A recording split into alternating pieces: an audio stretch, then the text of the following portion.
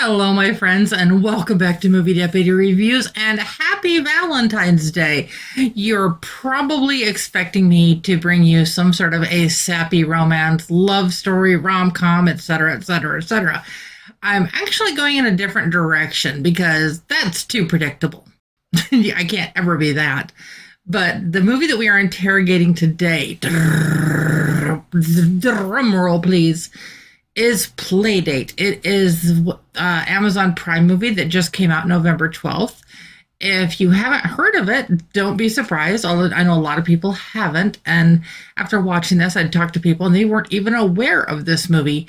And I'm thinking to myself, it's another one with Kevin James. So I was like, okay, he just did Solo Mio. Now he's doing this. I wonder what the comparisons will be, because in Solo Mio, he's a teacher, so he's all around kids, and in Playdate, obviously, he's playing a dad, and it's going to be about obviously, Playdate. So what does that mean? What kind of story is this? Now, before I get into this, I want to let you know, I'm giving this movie a guilty rating. It is rated PG-13. Honestly, it should be rated R. There's not any nudity, but the rest of the content, this movie should not even be PG-13. This is rated R. So if you are expecting Playdate to be a safe movie to take your kids to, I hate to burst that bubble. But let's actually jump in with the trailer, and then I will sit here and we'll kind of talk about some more about this movie. But let's just say it's not going to be what you expect. I know this whole new stepdad thing can't be easy, but I love that you're trying so hard to connect with him. I really am. Just trying to throw a spiral. This is gonna suck. Name's Jeff. Brian. Outstanding. Okay. Look, they're friends already. CJ's cool. He invited me over his house. Can we go over, please? All right, why not? Hell yeah, dude! Yeah. Up high. Whoa. Oh, you want a dance? Let's go on ahead while I put him out real quick. Potero, what's wrong, baby? Hey, what's wrong? He came in here to bring Mommy one of his toys. Come here. Come here, can I have it? Don't, no bites. No bites. Being a cat mom definitely has its own share of adventures. Can I get my buddy? Come here. Come here. If you have not met Potero yet, here he is. This is the guy that was just hollering. He was bringing me his toy. You want to sit with Mommy? You want to sit up here with Mommy?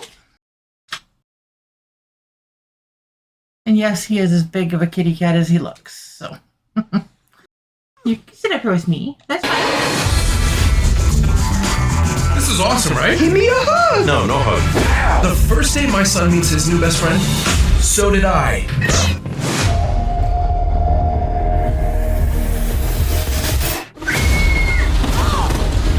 All right, guys, dig in. You guys never taking you for pizza? Jeff's not my dad. He just took me. Now that sounds ominous, does it not? So at least you got to enjoy a few seconds of me holding one of my babies. But it's like, okay, he just took me. That sounds ominous. But does the place that they were at look familiar? Hence Chuck E. Cheese, hence the whole Five Nights at Freddy's thing. It's not really a big focus of the movie, but it definitely plays a part. Let's go. Hey, stop! Who the hell are you? Who's that guy? God, he wants to kill you. Who are they? They want to kill you too. Why? Because they think you know. No what? Get in! Right. Buckle in, boys. And just let me do my thing. This is the rhythm of the... Look, they're not after me. They're after CJ. No! You see that? Sick, right? You already know my name. What's that, Captain Dickface? You guys are like a high-speed chase or something? Second one today. Crazy, right? That's insane indeed. Wait, you want to go? You feeling frisky? I'm so sorry. Now, is this meant to be or is this meant to be? We're gonna make such a good team.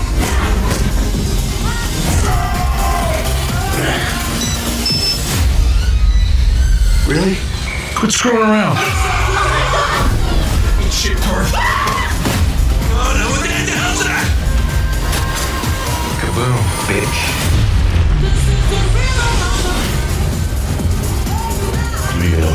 is due to my deep-seated emotional issues. I've easily slept with thousands and thousands of women. How many women have you slept with, Dad? That's not your business. That's none of your business.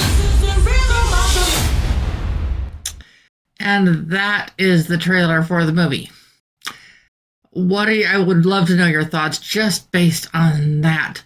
This one is, even though there's 2 kids in it, it is not kid friendly, not even close. There's a few scenes that could be, but a lot of this is just cringe-worthy. There's drugs, there's violence, there's bullying, there's just a lot of different stuff going on, and it's going to make a lot of people very uncomfortable. Now, why do I bring that up? Well, I'm bringing that up because Kevin James is playing Brian, and he is trying to connect with his stepson. He was an accountant, but some things happened with the job, and that's in the very first scene of this movie. The bullying is kind of intense. So if you're sensitive to that, or if that is something that just bugs you, or just a lot of us have been through it, so we understand. But he's no longer an accountant, and so his wife goes back to work, and he gets to be stay-at-home dad. So he's trying to connect with this kid. It's his stepson, but he's trying to connect with them the best he can. And the way he connected with his dad was through sports and all these different activities. And so he's really trying to connect with his stepson with that kind of activities of sorts. Well, that's when at the park he meets Jeff. And Jeff is this uber macho, aggressive, A-word dad in a lot of ways to CJ. And so the whole thing is this mismatch thing of they decide, okay, let's do a play date because the boys want to play. And everything goes wrong from there. They find out that Jeff is not CJ's dad, which you can kind of infer from the trailer on that. So no spoilers ever. And it just they've got some very bad people after them. And when the 2 of them are the target and then the 4 of them become a target, it's just a series of adventures that they are kind of going on, but it is so inappropriate on so many levels. And I mean, it's not even like stoner comedy funny. There's a couple scenes where you're just kind of like but nothing that I'm not sure what they were going for here. It's not a drama, it's not a comedy, it's not a thriller. I don't know where this one falls. I really don't. I mean, I know what they're calling it, but after watching this, I'm just kind of like, why? So if you're looking for a movie to enjoy for Valentine's Day, honestly, I do not recommend this. There's certain movies that I can say, okay, this one's a stoner comedy. It's going to be for this audience, or this is for this type of show. This is for this audience. I do not know the target audience for this movie. It is just all over the place. There's not enough action and explosions that it appeals to that crowd. There's not enough family stuff that it appeals to that crowd. It's just a lot of chaos and stuff that is trying so hard over the top to be funny that it just kind of leaves you kind of looking at your screen. You're just kind of going, is it over yet? And I found myself pausing the movie because this is on Amazon Prime. If you have Prime, it doesn't cost anything to watch this, thank goodness. But I kept pausing it and I'm like, okay, I'm at the halfway point and going a little bit further. And it's like, even when the story wraps up at the end and they go through all this and their lives are in peril over and over and over again, and of course they escape successfully. But when all that is said and done and there is a minimally, meagerly happy ending at the end, definitely not what you might anticipate.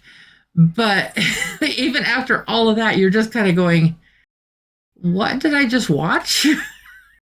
And okay, we've all seen those movies where you're like, you sit down and you watch it and it's like, and you're just like, okay, it's going to get better. It's going to get better. And you keep waiting for it to get better and it just doesn't get there. And you're like, Well, I was about to give up on this completely. And I will always watch the movie all the way through, but it was like to the point, it's like I wasn't closing my eyes, but I was like zoning out almost watching this because it's just the same stupid bully comedy, idiotic aggression, just asinine type story that you can imagine. And it finally gets like it's to the end, and okay, it's a somewhat happy ending of sorts. It has a tiny shred of heart towards the end of the movie. Honestly, the best part of this entire movie is if you sit and wait till the credits just start, and then there is an entire reel of bloopers that they're from the making of the movie. And I think they know that they kind of had to put that in there because just the way that the story is. To understand the bloopers, you have to understand the movie. So the bloopers alone make this movie worth watching just barely, because you're not going to understand the humor if you don't understand what the bloopers are about or what scenes they are. But the bloopers, I mean, are the highlight reel by far. And then even after the bloopers are done, it comes back and actually has another scene from the movie, which is rare. It's not like a typical bonus scene. It's more of a continuation of like what's already been happening. And so it leads into the idea that could there be a Playdate 2? Could there be more to this? And honestly, do we really want more? Like I said, the bloopers almost save this. And you may be thinking, why are you making such a big deal out of trying to explain this to us? Well, that, like I said, it just almost saves it. I mean, as the story was going on, it's like, this was just painful. I mean, I can't even put it another way. It was just plain painful. And even with the little few drops of heart that you get at the very end, it's just not enough. The bloopers are the only thing that saves this from being, I was debating like a 1, maybe even a 2, just like a 2, just a plain 2. Because of the bloopers, just because of the bloopers. A 3 with Movie Deputy is if you really must see this, wait for DVD, Blu-ray, instant video. Here you don't have to wait. It was direct to instant video.